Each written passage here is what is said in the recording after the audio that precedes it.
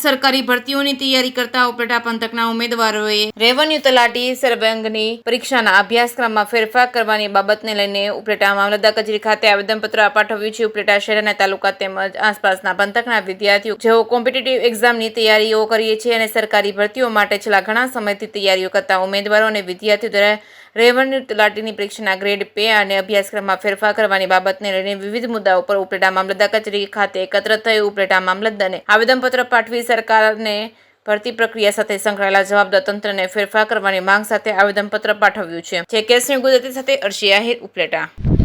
મારું નામ પાર્થ અશોકભાઈ ઠાકોદરા, ઉપલેટાથી. અમે મામલતદાર કચેરીએ જે રેવન્યુ તલાટીનો જે સરકારશ્રીએ ગૌણ સેવા પસંદગી મંડળે જે સિલેબસ જે જાહેર કરેલો છે એના અમે વિરુદ્ધમાં અમે અરજી દેવા આવ્યા છીએ અહીંયા મામલતદાર શ્રીએ ઉપલેટા.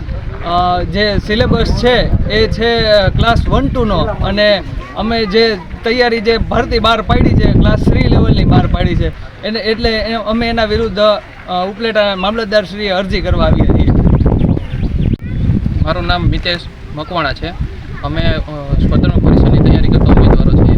આજે ઉપલેટા મામલતદાર ઓફિસ ખાતે રેવન્યુ તલાટીનો જે અભ્યાસક્રમ જે છે એ આપવામાં આવ્યો છે એ બાબતે અમે આવેદનપત્ર આપવા આવ્યા હતા.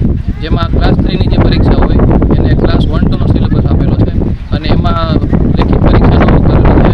અને એ બાબતે આજે રોજ મામલતદારશ્રીને રજૂઆત કરી હતી કે ગુજરાત ગૌણ સેવા પસંદગી મંડળ દ્વારા જે સિલેબસ આપવામાં આવ્યો છે એમાં ફેરફાર કરી અને MCQ બેઝ પરીક્ષા લેવામાં આવે અને CBRT પરીક્ષા રદ કરીને ઓફલાઈન પરીક્ષામાં લેવા માટે એવા મેં મામલતદારશ્રીને રજૂઆત કરેલી છે.